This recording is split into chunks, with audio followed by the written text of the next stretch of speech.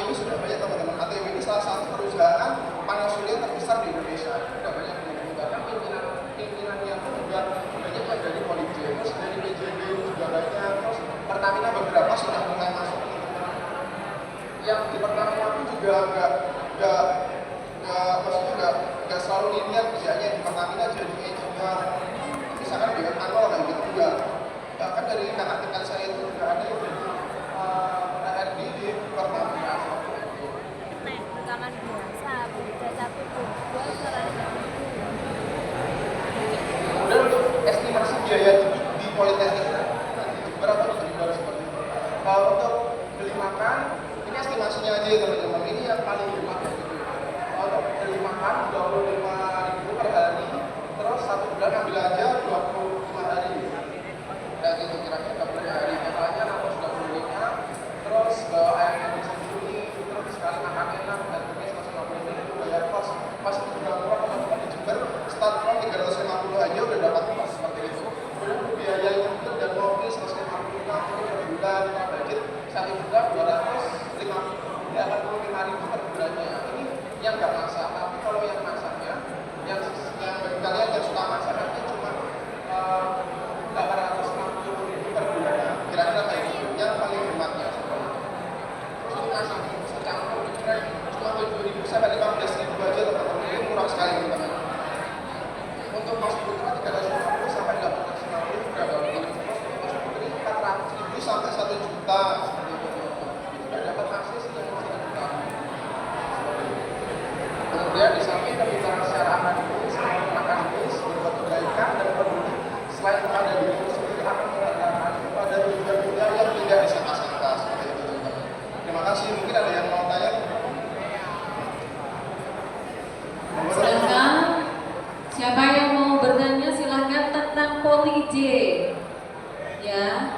Siapa yang mau tanya yang rencananya mau lanjut ke Poli J silahkan. Mau tanya prodi juga. Iya, tanya prodi apa jurusannya apa aja kak. Aku jurusan listrik kak. Kalau di Poli J kira-kira masuk di program studi apa kak? Cocoknya misalkan. Ada yang tanya nggak nih? Maksud dari sekian banyak tadi tidak ada yang bertanya sih? Mungkin dari jurusan KGSP bisa masih ada ya Bu ya? Iya. Juga bisa masuk di teknik energi terbarukan kayak gitu Bu. Nah itu dari KGSP bisa juga di jurusan yang terbaru di Polisi ya kak ya. Ya kalau di KGSP jurusannya apa mas yang bisa masuk di sana? Yang bisa masuk mungkin lebih ke TIT juga bisa Pak dengan energi terbarukan. Terus di pertanian juga bisa Pak ya, tapi di beberapa program studi aja dan gitu. Terus pariwisata kayak gitu Pak. Nah di TIT Pak, ini sebenarnya dari Pak. Ya.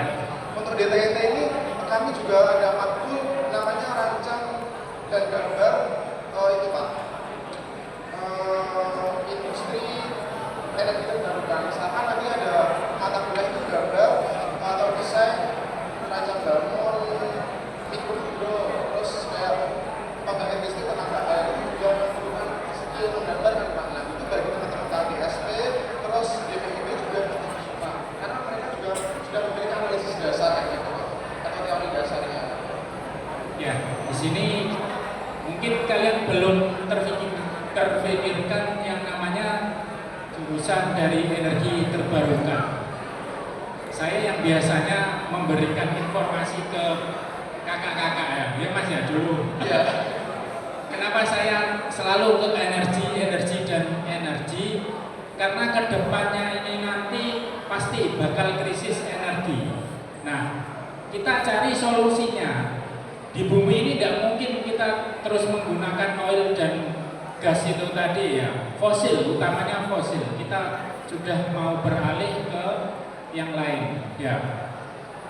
Apalagi ini listrik ini sumbernya kan banyak, mulai dari batu bara, terus geotermal. Nah, ini manfaat dari energi terbarukan ini sangat banyak untuk kehidupan. Nah, untuk ke depan pasti manusia tetap butuh yang namanya energi. Tidak mungkin kalian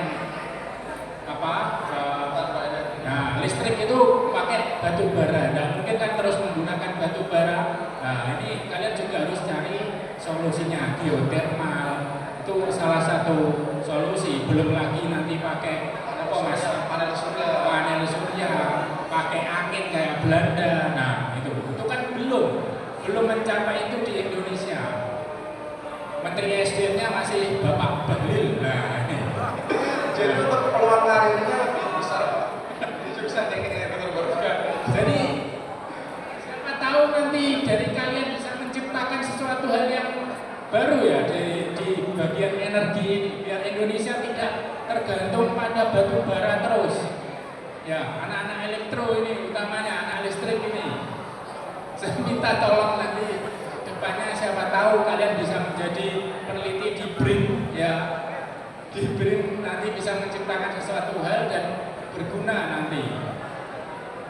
Seperti teknologi hidro ya bisa ya Mas yo. Hidro masih digunakan, cuma kapasitasnya kan masih kecil, belum digunakan secara massal. Saya minta tolong nanti dari alumni-alumni sini kalau bisa menemukan apa ya buat energi di Indonesia yang terbarukan itu. Ya mungkin teman-teman ada yang tanya mungkin boleh terkait energi terbarukan. Saya masa energi terbarukan tapi masalah musiknya atau seputar biaya hidup juga bisa atau beasiswa. Saya misalkan lagi ada yang berasal ekonomi sih tapi saya pengen kuliah seperti itu. Gimana sih kak solusinya? Mungkin seperti itu juga bisa. Nanti saya kasih tips nih kayak gitu. Atau saya takut gak terima KIPK kak dan gitu. Beasiswa apa sih kak yang cocok buat nantinya ketika saya gak terima KIPK atau waktu daftar KIPK itu beasiswa lain apa sih kak yang mungkin bisa saya daftari buat jaga-jaga kayak gitu biar bisa. Mungkin ada yang bertanya teman-teman atau tanya beasiswa unggulan juga bisa teman-teman. Kebetulan saya merupakan awards juga. Ya SMK ini tempatnya biasanya bukan di universitas. Kalian itu vokasional atau vokasi, pendidikan vokasi. Jeluntrungan nih, ya setelah dari banyak yang masuk ke vokasional juga seperti politeknik atau ITS yang vokasi. Jadi kalau kalian itu di universitas itu peluangnya juga sedikit gitu. Makanya saya minta kalian lebih ke vokasional. Politeknik ini lebih banyak prakteknya sama kayak kalian di SMK. Dan banyak alumni-alumni kita itu yang di politeknik itu bisa sampai ke luar negeri. Mungkin sekarang dia belum bisa gabung di sini karena sesuatu hal ya. Tapi mereka itu banyak sampai penelitian ke luar negeri, tidak hanya di Indonesia, ada yang di Inggris kayak gitu ya. Ada yang di sampai Norway itu ambil di PPN, ada yang PPNS nanti ada Bu PPNS. Ada ya, PPNS itu biasanya sampai ke luar negeri gitu. Oke, terima kasih Kak Agis. Beri tepuk tangan yang meriah dong buat Kak Agis dari Politik. Oke, langsung saja nama-nama berikutnya sosialisasi alumni dari UGM. Ada yang tahu UGM itu mana? Hah? Universitas Gandeng Mangkuau. Bukan ya, UGM itu mana? Universitas Gajah Mada. Oke, langsung saja kita beri tepuk tangan yang meriah untuk Kak Muhammad Rifki S dari UGM.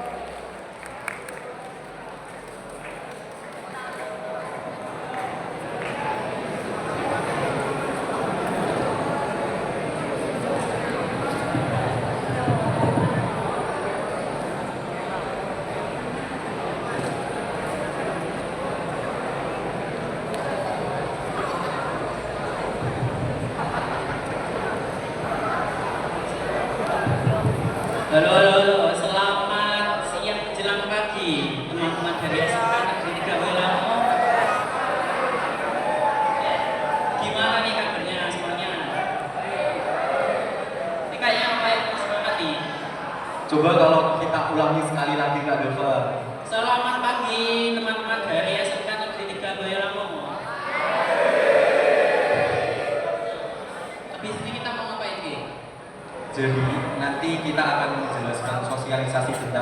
Universitas Gadjah Mada. Ada yang pengen kuliah di UGM? Angkat tangan. Ada yang Ayo. kuliah di UGM? Angkat tangan. Masa nggak mau di UGM? Gak ada yang pengen? Masuknya mudah guys, lewat gerbang.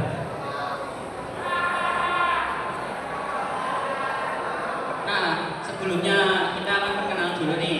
Kenalin, nama aku Muhammad Gadjah Saputra. Aku dari Prodi Teknologi Rekayasa Instrumentasi dan Kendali angkatan 2025 Sekolah Vokasi UGM. Dan saya Muhammad Rufi Sofik. Saya dari Departemen Teknik Sipil Universitas Gadjah Mada angkatan 25. Saya dulu di SMK Negeri 3 Boyolali masuk di jurusan DPIB. Ada yang dari DPIB? Ada.